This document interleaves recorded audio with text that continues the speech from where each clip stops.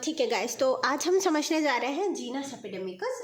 जिसको समझने से पहले हमें ये जानना बहुत ज़रूरी है कि एपिडेमिक डिसीज़ क्या होता है। अब एपिडेमिक डिसीज़ को अगर हम हिंदी में देखें तो एपिडेमिक डिसीज़ को हिंदी में हम कहते हैं महामारी रोग। जैसे कि रिसेंटली आप एग्जाम्पल से समझ पाएंगे तो कोरोना वायरस जो था रिसेंटली वो महामारी थी। ठीक है, तो अब एपिडेमिक डिसीज़ क्या होता है? An epidemic disease is the rapid spread of disease to a large number of people within a community, region और population at the same time. अब कोई भी ऐसी बीमारी जो कि बहुत ही तेज़ी से स्प्रेड कर रही है और अफेक्ट कर रही है किसको? लार्ज नंबर ऑफ पीपल को within a community, region और population at the same time. ठीक है, ये तो हो गया हमारा एपिडेमिक डिसीज़। अब हम ये समझते हैं कि होम्योपैथी के रूल के अकॉर्डिंग हम किसी भी पेशेंट को अगर रेमेडी प्रोवाइड करते हैं या मेडिसिन प्रिस्क्राइब करते हैं तो हमारा फर्स्ट एंड फॉरमोस्ट रूल क्या रहता है? Individualisation.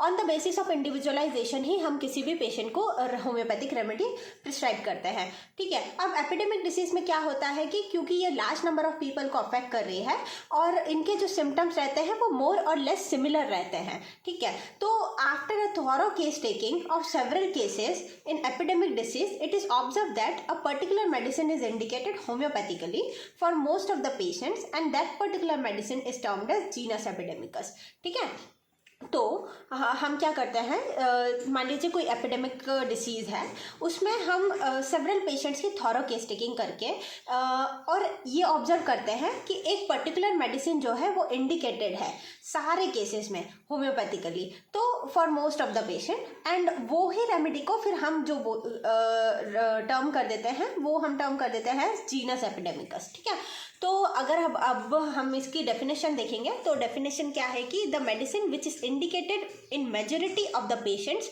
Affected from an epidemic disease is termed as genus epidemicus. ठीक है, which attack many persons with very similar sufferings from the same cause. इसका कॉज भी सेम होगा, सफरिंग्स भी सेम होगी। ठीक है, अब आपके पास काफ़ी सारे नंबर ऑफ पेशेंट्स आ गए और सारे पेशेंट्स की केस टेकिंग के बाद आप ये ऑब्जर्व कर रहे हैं कि उनके सिम्टम्स जो है वो भी सिमिलर है, उनकी सफरिंग्स भी सिमिलर है, और आप जब उनको एक होम्योपैथिक रेमेडी प्रिस्क्राइब कर रहे हैं सेम पेशेंट्स को तो आपको बहुत अच्छे रिजल्ट देखने को मिल रहे हैं। ठीक है, तो वो ही रेमेडी जो है उस एपिडेमिक सिचुएशन में उसको होम्योपैथिकली जीनस एपिडेमिकस बोला जाता है। ठीक है, तो ये हो गया हमारा जीनस एपिडेमिकस। ये आपके एग्जाम पॉइंट ऑफ व्यू से देखें तो ये क्वेश्चन बनता है 5 मार्क्स का, कई बार 2 मार्क्स का भी बन जाता है। ठीक है, तो ये था हमारा आज का सेशन।